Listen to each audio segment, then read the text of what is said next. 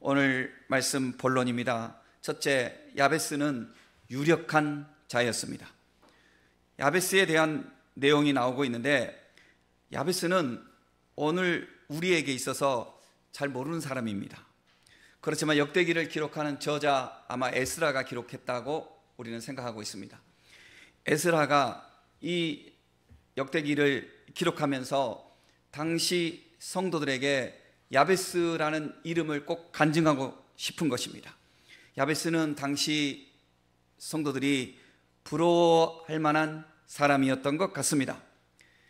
야베스를 기록하는 입장에서 에스라가 지금 바벨론 포로에서 돌아와서 성도들의 그 신앙을, 영적 각성을 시키기 위해서 이름들을 쭉 말하다가 야베스를 지금 말하는 대목에서 지금 멈추고 있습니다. 그리고 야베스를 그냥 넘어가지 않고 야베스에게 일어난 하나님의 아름다운 역사를 설명하고 있는 것입니다. 이스라엘 이 포로지에서 돌아온 사람들은 세 차례에 걸쳐서 돌아왔는데요, 연도는 다 BC입니다. 제일 먼저는 538년에 1차로 돌아왔습니다. 스룹바벨의 인도로 돌아왔습니다. 그래서 이들은 성전을 재건을 합니다. 두 번째는 458년에 돌아옵니다. 이때는 에스라의 인도로 돌아오는데 성도들의 신앙이 나태해져 있고, 그리고 성도들이 낙심하고 있는 상황에서 에스라는 율법학자요 또 제사장인데 신앙을, 영적 각성을 일으키는 신앙 재건 운동을 한 사람이 에스라입니다. 세 번째는 느헤미야인데 444년에 BC 444년에 돌아와서 예루살렘 성벽을, 무너진 성벽을 재건하는 것입니다. 그러니까 에스라는 신앙 재건 운동을 하는 거예요. 다른 사람들은 성전을 짓고 또 성벽을 짓고 이런 재건 운동을 했지만 에스라는 신앙 부흥 운동을 일으킨 그런 역할을 하는 것입니다. 그런 입장에서 에스라가 우리가 어떻게 살아왔는지, 우리의 역사에 대해서 아담에서부터 사람들의 이름을 쭉 언급하고 있습니다. 그러니까 누가 누구를 낳고 누가 누구를 낳고 누가 누구를 낳고, 이것을 1장에서부터 4장까지 계속 쉬지 않고 나가고 있습니다. 앞으로도 더 나가고 있어요. 이렇게 낳고 이렇게 하니까 우리가 성경을 읽으면서도 이 시대에 우리하고는 거리가 먼 사람들이니까 별로 의미도 오지 않고 좀 지루할 수 있어요. 그런데 4장 9절 10절 이렇게 하면서 야베스라는 이름을 말하는 순간 에스라가 멈추는 거예요. 멈추면서 여러분들, 야베스는 이런 사람입니다 라고 야베스에게 일어난 하나님의 그 역사, 하나님의 이야기를 성도들에게 소개하고 있습니다. 마치 우리들 중에서 어떤 부모가 자녀들을 많이 뒀어요. 자녀들이 누구입니까? 라고 말하면 첫째는 누구요, 둘째는 누구요, 셋째는 누구요, 이렇게 말하다가 그 중에서 어떤 자녀, 굉장히 스토리가 있는 거예요. 이 자녀에게는 역경의 스토리가 있는데 지금 하나님의 은혜로 너무 잘 돼 있는 거예요. 너무 감사한 거예요. 너무 감격스러운 거예요. 그래서 그냥 이름만 말하지 못하고 그 아이를 말하다가 가슴이 뭉클해서 그 아이에 대해서 설명하고 있어요. 그런 것처럼 에스라가 지금 성도들에게 낳고 하다가 야베스 이야기하다가 멈춥니다. 멈추고 야베스에게 일어난 하나님의 역사를 이야기하고 있습니다. 여러분, 우리 이름에는 하나님의 역사가 깃들 수 있는 가능성이 있는 것입니다. 하나님의 역사를, 아름다운 이야기가 써질 수 있는 성도들 되시기를 바랍니다. 야베스는 그 이름이 슬픔이란 뜻입니다. 그러니까 우리는 우리말이 아니기 때문에 야베스 하면 별로 어감이 오지 않아요. 야베스, 그 이름이 야베스예요. 다른 나라 사람들 말할 때 카터 그러면 마차꾼이라는 거거든요. 그런데 카터 하니까 그냥 우리 카터 이렇게 불러요. 근데 우리말로 하면 마차꾼, 짐꾼, 그 이름이 짐꾼이에요. 그렇죠? 그렇게 부르는 거예요. 야베스 하면 우리는 야베스, 그냥 야베스인가 보다 하는데 우리말로 부르면 얘 슬픔아 이렇게 부르는 거예요. 얘 슬픔아, 슬픔이라는 이름을 불러요. 얼마나 슬프면 슬픔이라는 이름을 부를까요, 여러분? 강아지 이름도 우리가 지을 때 예쁜 이름을 지으려고 그래요. 저 어렸을 때 제 강아지는 제키요, 제키. 어디서 들은 건 있어가지고 케네디 대통령 부인이 제클린이에요. 제클린의 애칭이 제키거든요. 강아지한테 제키라고 불렀어요.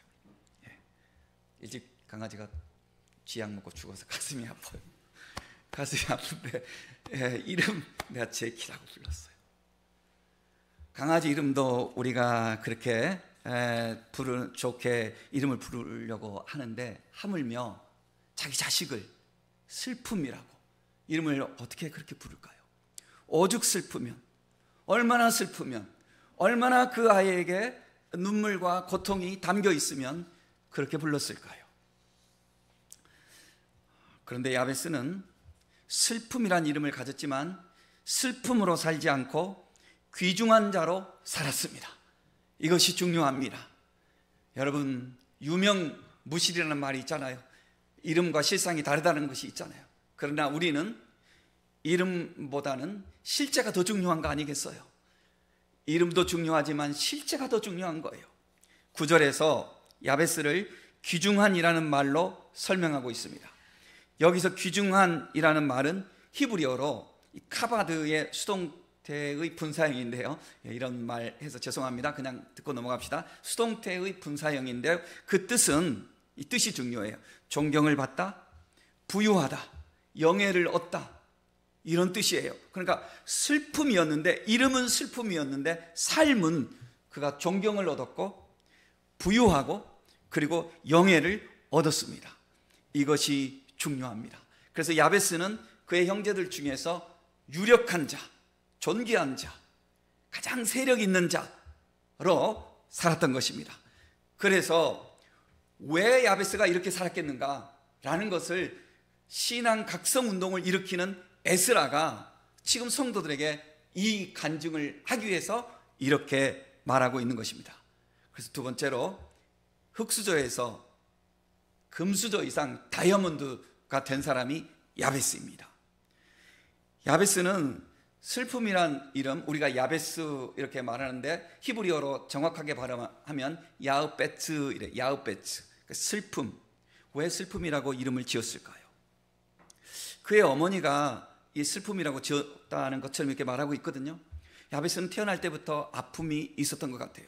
보통 유대인들은 이름을 언제 누가 짓느냐면, 이름을 사내 아이인 경우, 지금 야베스가 남자거든요. 난지 8일 만에 할례를 받아요. 할례를 행하면서 이름을 지어줘요. 보통은 집안의 그 내력을 따라서 이름을 지어줘요. 그런데 여기서 그의 엄마가 이름을 지은 것처럼 말하고 있어요.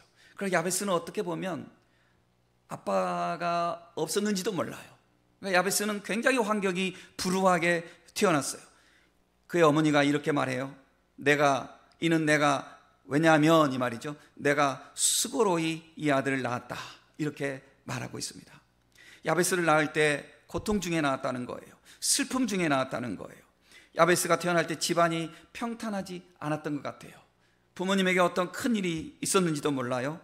경제적으로 너무 힘들었을 수 있어요. 엄마의 건강이 힘들었을 수도 있어요. 아니면은 야베스 자체가 태중에서 거의 죽은 거나 다름없이 그런 절망스러운 상태로 있었는지도 몰라요. 산모인 엄마가 이렇게 표현한 것으로 봤을 때 야베스를 낳을 때 엄마가 해산의 고통이 극심했을 것 같아요. 수고로이 낳았다 할 때 수고로이라는 이 말, 베오체브, 이 말에 담긴 그 뜻이 뭐냐면 산고, 그러니까 산통 있죠. 산통과 관계 있는 단어예요. 그러니까 야베스를 낳을 때 엄마가 거의 죽을 뻔했는지 몰라요. 아니면 야베스가 거의 죽어서 태어났는지도 몰라요. 그러니까 눈물바닥이에요. 아이가 태어나는데 눈물바다예요. 이렇게 아이가 태어났어요. 요즘은 산부인과 의술이 발달해서 이런 어려운 일이 없지만 20년, 제가 청년 때만 하더라도 제가 아는 그 자매 미국으로 시집 갔는데 오빠한테 물어보니까 애 낳다 죽었대요. 미국에서. 그것도 제가 아는 그 교수님, K대 의대 교수님이거든. 산부인과 교수거든요. 그 조카가 아기 낳다 죽었어요.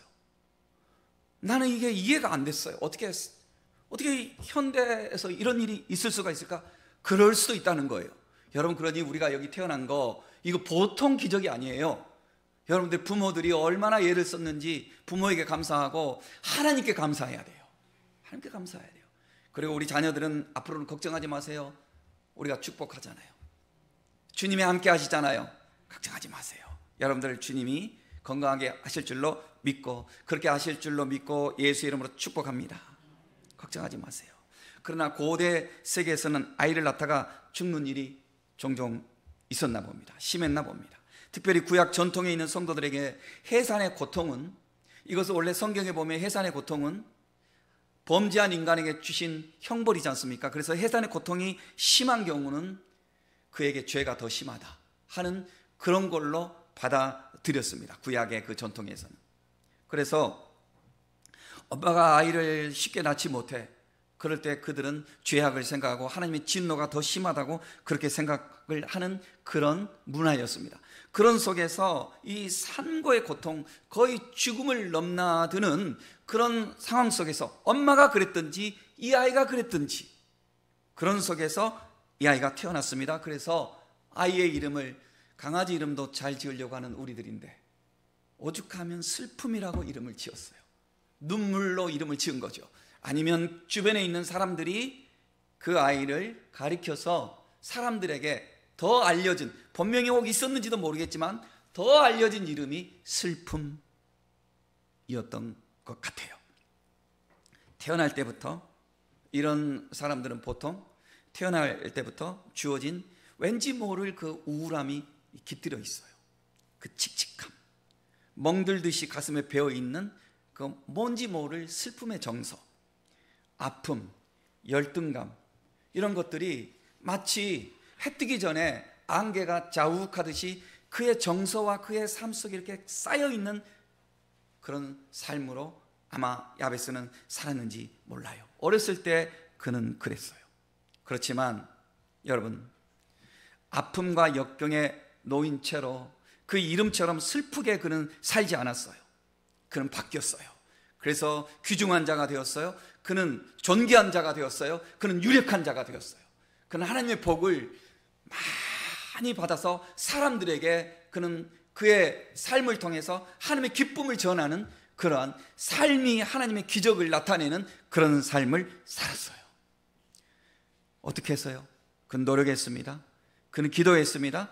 그는 소망했습니다. 그리고 하나님의 은혜로 귀중한 자, 유력한 자, 부귀한 자, 존귀한 자가 되었습니다.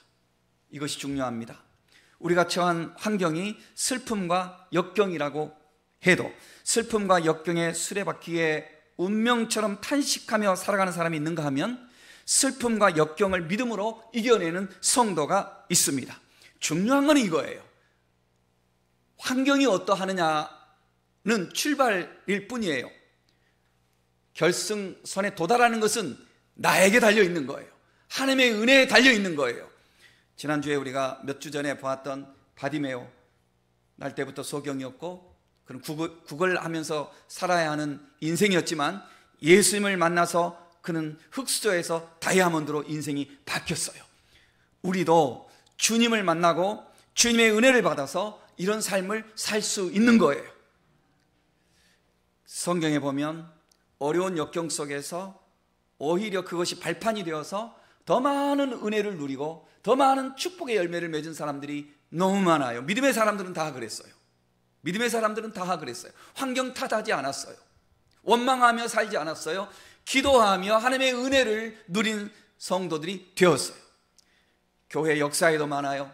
그리고 일반 세상 속에서도 겸손하고 열심히 사는 사람들, 환경 탓하지 않고 겸손하고 열심히 사는 사람들은 이런 복을 누리는 경우가 일반 은총에서도 많아요. 파나소닉을 창립한 마스시다 고노스케는 90세가 되는 날 기자들이 회견을 하면서 질문을 했어요. 회장님은 어떻게 해서 이런 부를 이루게 되었습니까? 어떻게 해서 성공하셨습니까? 하셨습니까? 우리들에게 좀 교훈이 될 만한 말씀을 주실 수 없습니까? 물었을 때 이 마스시다 고노스케 이분이 이렇게 말했습니다. 그것은 내가 너무나 가난했기 때문에 그랬습니다. 그것은 내가 너무나 배운 것이 없어서 그랬습니다. 저는 너무 가난하고 몸이 너무 약해서 그랬습니다. 저는 어렸을 때부터 늘 몸에 질병이 있었고 학교도 초등학교 4학년까지밖에 못 다녔습니다. 그래서 저는 더 많이 노력했고, 그래서 저는 더 많이 겸손했고, 그래서 저는 더 많이 열정으로 살았습니다. 그것이 오늘 나를 여기까지 오게 했습니다. 아프니까 나를 더 살폈고, 그래서 나는 지금 90세 넘도록 나는 건강합니다 라고 그는 자신의 역경이 오히려 성공의 발판이 되었다고 고백을 했습니다. 또 한 사람, 일본 사람인데요, 이나모리 가스오라는 사람이 있습니다. 이분은 교세라와 KDDI라는 대기업을 창립했고 일본 항공자를 다시 회생시킨 그런 훌륭한 사업가라고 합니다. 그의 성공을 묻는 사람들에게 그는 내 성공의 원인은 내 결핍이다라고 그렇게 이야기를 했습니다. 내가 성공할 수 있는 것은 내 결핍에서 비롯된 거다. 좋은 환경이 아니라 오히려 결핍했기 때문에 나는 이렇게 되었습니다 라고 그는 고백을 했습니다. 어떤 사람은 더 갖지 못한 것을 불평하고, 더 좋은 집안 환경이 되지 못한 것을 불평하고, 어떤 사람은 더 좋지 못한 외모를 불평하고, 더 좋지 못한 어떤 상황에 대해서 불평하지만, 어떤 사람은 현재의 불우한 처지에 낙심하지 않고, 그렇기 때문에 더 겸손하고, 그렇기 때문에 더 열심히 일하고, 그렇기 때문에 더 간절한 마음을 가져서 흑서 같은 인생을 다이아몬드로 바꾸는 기적의 주인공이 되는 것입니다.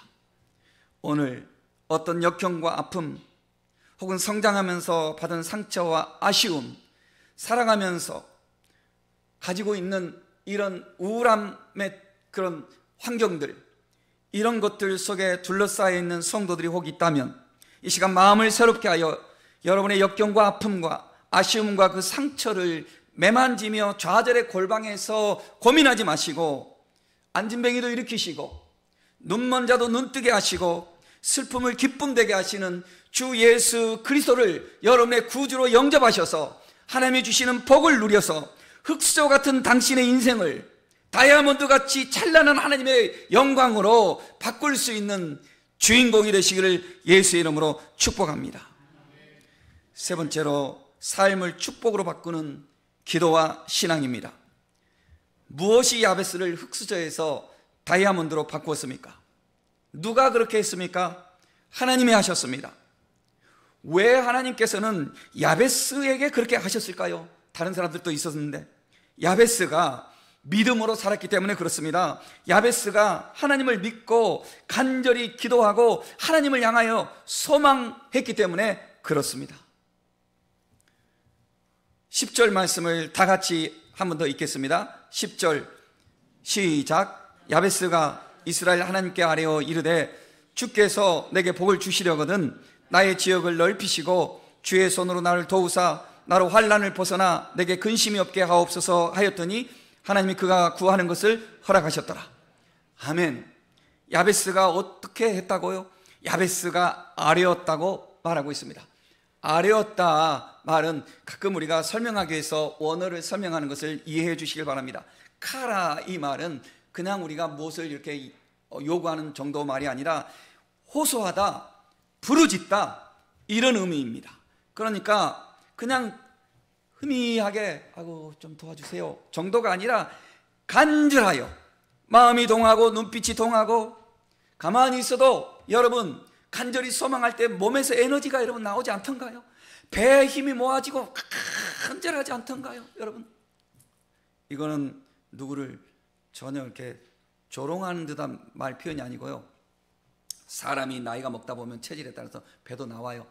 예? 그러나 배 나온 사람 내가 이야기하는 게 아니라 정말로 간절하게 구할 때, 우리 마음이 간절하게 될 때요, 몸이 들떠 있어요. 눈빛이, 내가 봐도 내 눈빛이 달라지는 거예요. 내 몸에 가만히 있어도 에너지가 막 모아지는 거예요. 여기에 내가 간절하니까. 이럴 때 이것이 하나님 아버지 앞에 우리의 기도의 에너지가 되는 거예요.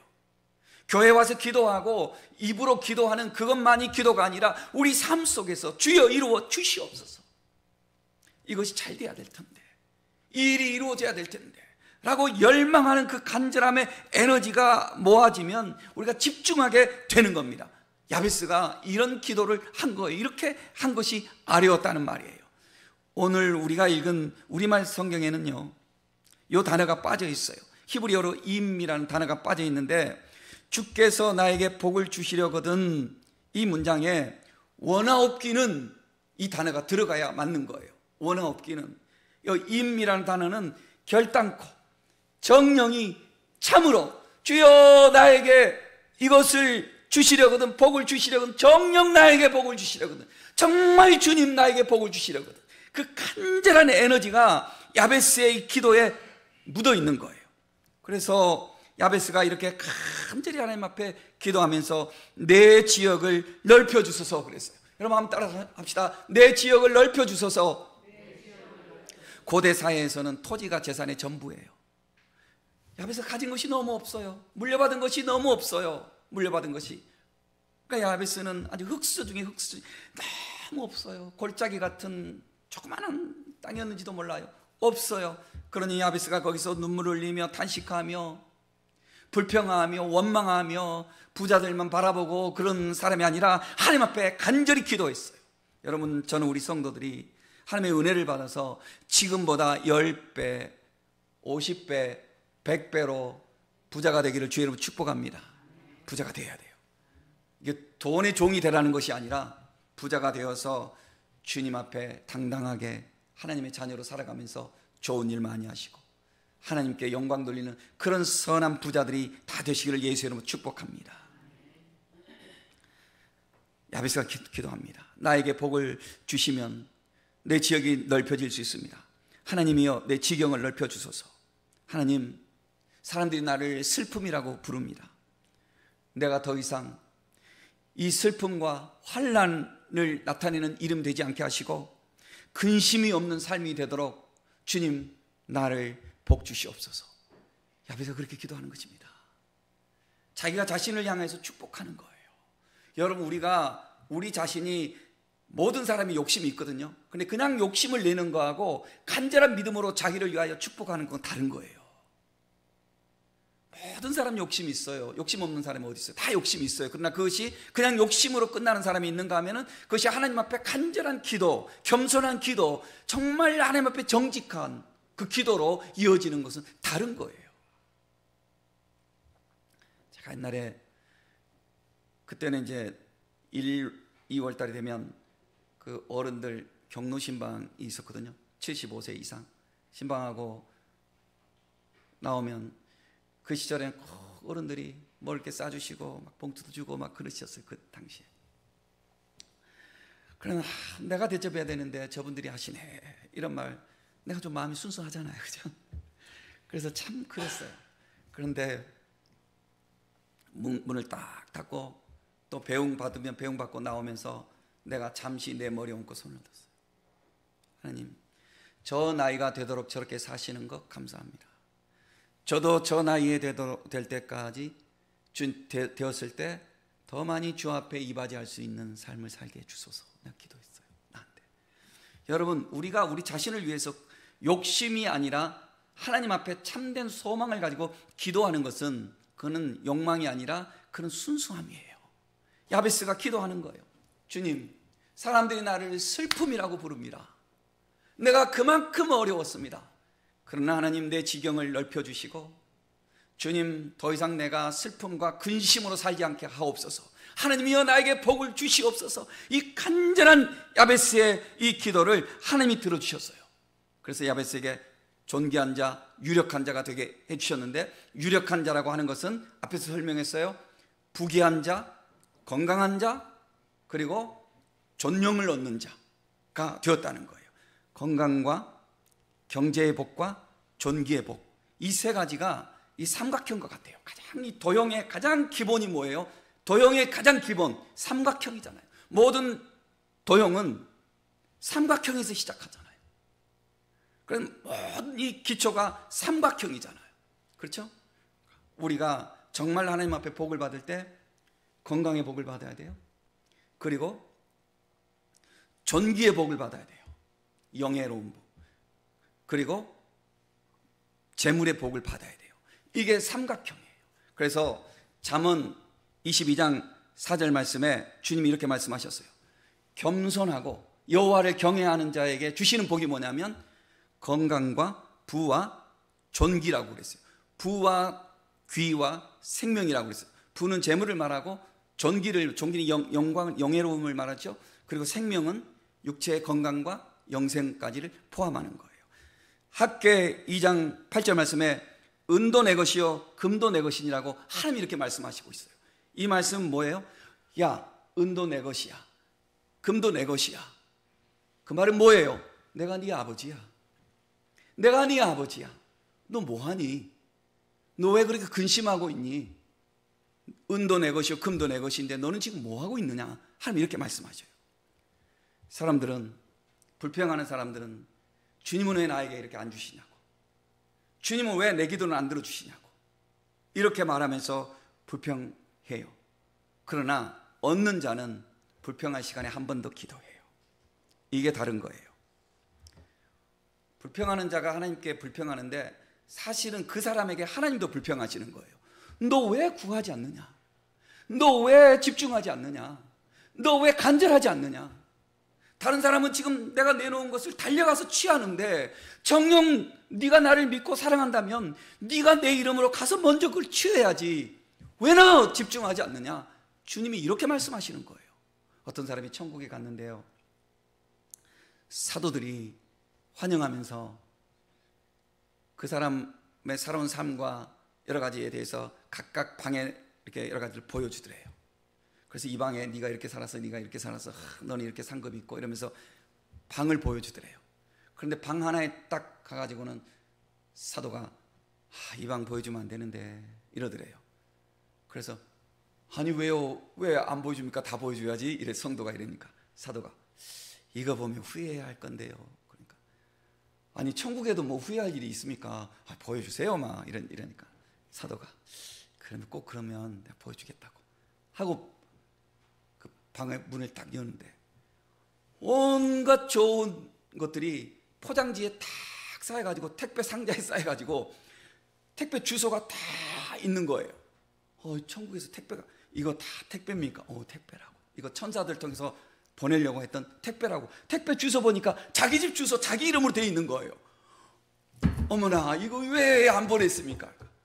이거 하나님께서 당신이 구하면 주려고 다 준비해서 천사들까지 대기시켜놨는데 당신이 기도하지 않으니까, 당신이 원하지 않으니까, 당신이 간절하지 않으니까 이 택배를 가져다 주어도 당신이 받을 줄도 몰랐을 거라고. 그래서 안 간 거라고. 이랬다는 것 아니에요. 사랑하는 성도 여러분, 하나님은 우리에게 구하라 주실 것이요 문을 두드려 열릴 것이요 간절히 우리가 부르짖고 찾으라고 주님 말씀하고 있습니다. 오늘 우리들이 어떻게 살아야 되겠습니까? 결론입니다. 유력한 자가 되는 복을 받는 성도, 유력한 가정이 되는 복을 받는 가정이 되시기를 주의 이름으로 축복합니다. 현재의 아쉬움과 아픔, 지난 상처와 그늘에 매달려 스스로 자신을 결론 내리며 나는 이럴 수밖에 없어 라고 탄식하며 현재에 매여서 비난하며 고난과 역경과 아쉬움의 한숨을 지으며 살지 맙시다. 상처를 오로맞으면서 자꾸 생채기를 내지 맙시다. 더 복을 누릴 수 있는 이 고난이 오히려 더 복을 누릴 수 있는, 고난이 내게 유익이라 이로 인하여 내가 주의 율례를 배웠노라 하면서 자신의 이 열악함이 오히려 더 발전할 수 있는 전환점이 되는 성도들이 되시기를 바라는 것입니다. 캐나다 의사들이 실험한 결과인데요, 두 그룹의 청소년들을 이렇게 나눴어요.